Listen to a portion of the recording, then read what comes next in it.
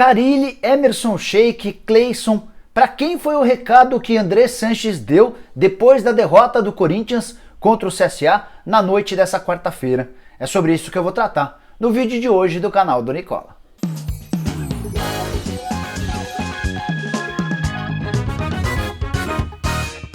Fala aí pessoal, eu sou o Jorge Nicola e antes de começar a te passar todos os bastidores agitados do Corinthians, quero pedir para você que ainda não se inscreveu no canal, não acredito que você ainda não fez isso, aperta esse botãozinho vermelho de inscreva-se, aperta também o sininho para que você possa passar a ser notificado toda vez que eu fizer um vídeo novo ou uma live.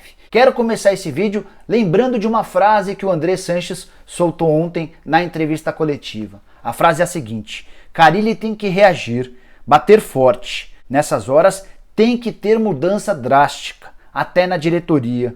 Não dá para ter paciência. O que o Andrés quis dizer com isso? Ele passou um recado de que se a apatia do time continuar, várias mudanças drásticas, como ele disse, acontecerão em diversos setores do Corinthians. Jogadores, comissão técnica e até diretoria. Logo depois que ele falou isso, entrei em contato com uma fonte minha, uma pessoa muito próxima do Andrés, para tentar entender para quem era esse recado. O primeiro, obviamente, todo mundo já imaginou, é para o próprio Carille, que completou ontem 7 jogos sem vitória. São 4 empates e 3 derrotas. Essa é a pior sequência do Corinthians sem vitória desde setembro de 2013. E para piorar, o Corinthians deixou o G6 do Campeonato Brasileiro depois de 16 rodadas. Nesse exato momento, o Corinthians é o 7º colocado e pode cair até para o 8º, se o Atlético Paranaense venceu o Internacional no fechamento dessa rodada na noite dessa quinta-feira.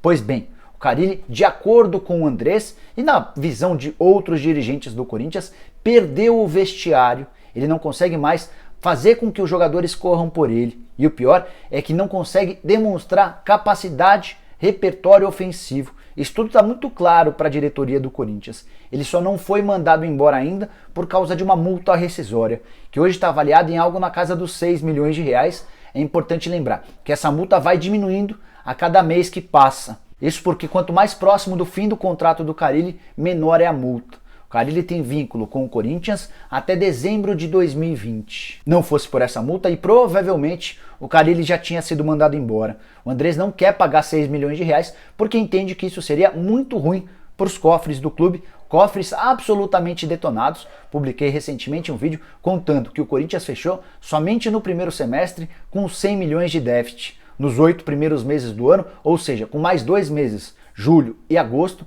esse valor do déficit aumentou de 100 para 170 milhões de reais, só para que você entenda como andam mal as contas do Timão. Quando o Andrés prometeu mudanças até na diretoria, ele mandou um recado para Emerson Sheik, que é desde janeiro coordenador técnico do Corinthians. Ele se aposentou em dezembro e foi convidado pelo próprio Andrés para assumir um cargo diretivo. E aí ele virou coordenador de futebol, alguém que está abaixo, por exemplo, do Wilson, que é o gerente de futebol, e abaixo também do Duílio Monteiro Alves. Cheguei a dizer aqui no meu canal que o Sheik andava cometendo alguns deslizes fora de campo. E dá para dizer que hoje a situação dele é quase insustentável. Recentemente, houve até uma ordem vinda de cima para que o Sheik fosse mandado embora. Isso só não aconteceu porque o Duílio Monteiro Alves, o vice-presidente de futebol e um cara que gosta muito do Sheik, acabou conseguindo contornar essa situação. Mas o Sheik está na berlinda, o Sheik está tão na marca do pênalti quanto o Fábio Carille. E a amizade entre ambos só atrapalha a situação dos dois.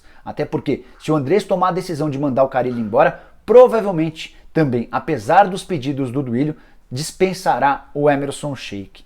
O Sheik ganha algo na casa dos 80 mil reais por mês, tem alguns atrasos frequentes no dia a dia de trabalho e queimou seu filme com parte do elenco depois da derrota para o São Paulo. Houve uma reunião só da diretoria com os jogadores. E aí o Wilson falou, o Duílio Monteiro Alves falou. Quando foi a vez do Sheik falar, ele saiu cobrando de alguns jogadores mais importantes. Entre as coisas que ele falou, ele cobrou alguns jogadores que caíram de rendimento, disse que outros estavam acima do peso, e isso repercutiu muito mal dentro do próprio elenco. Já falei sobre o Carille, já falei sobre o Sheik, e agora quero te contar sobre a situação dos jogadores.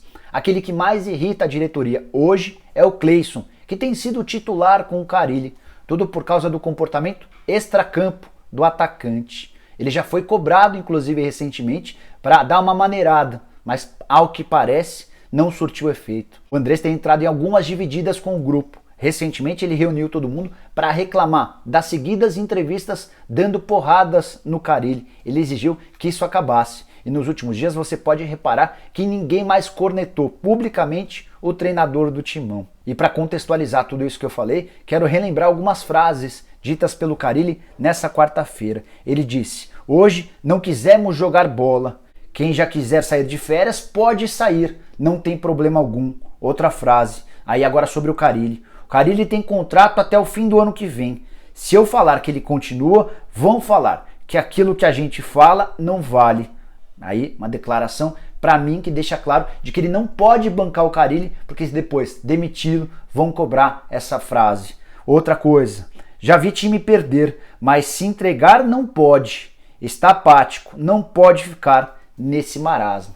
Duas coisas importantes antes de fechar o vídeo.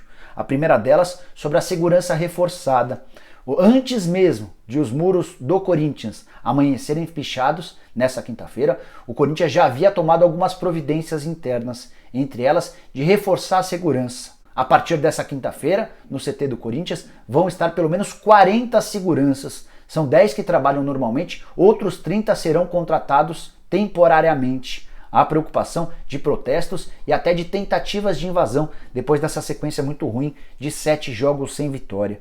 E para fechar, queria lembrar que Gil e Fagner foram cobrados. Para ser mais preciso, todos os jogadores do Corinthians, na volta do estádio do Rei Pelé em Maceió para o hotel onde o Corinthians passou a noite, na capital alagoana, todos os jogadores foram cobrados por um grupo de torcedores que estavam na porta do hotel. E o Gil e o Fagner, dois dos mais experientes, resolveram encarar os caras que reclamavam, que xingavam. Eles nem se pronunciaram, eles não dirigiram a palavra para os torcedores, mas ficaram meio que encarando, demonstrando que não estavam gostando daquilo. O Fagner, inclusive, precisou ser contido pelo Cleison, que chegou a empurrar o Fagner como quem fala: deixa esses caras para lá, não vamos entrar em confusão. Então, é esse o clima do Corinthians às vésperas de um jogo contra o Flamengo. Corinthians e Flamengo jogam domingo no Maracanã. E o Corinthians que corre cada vez mais risco de não ter nem a Libertadores da América na fase de pré-Libertadores para disputar no ano que vem, o que seria uma tragédia do ponto de vista técnico, mas também financeiro. Afinal de contas, o Corinthians já vive uma situação bastante ruim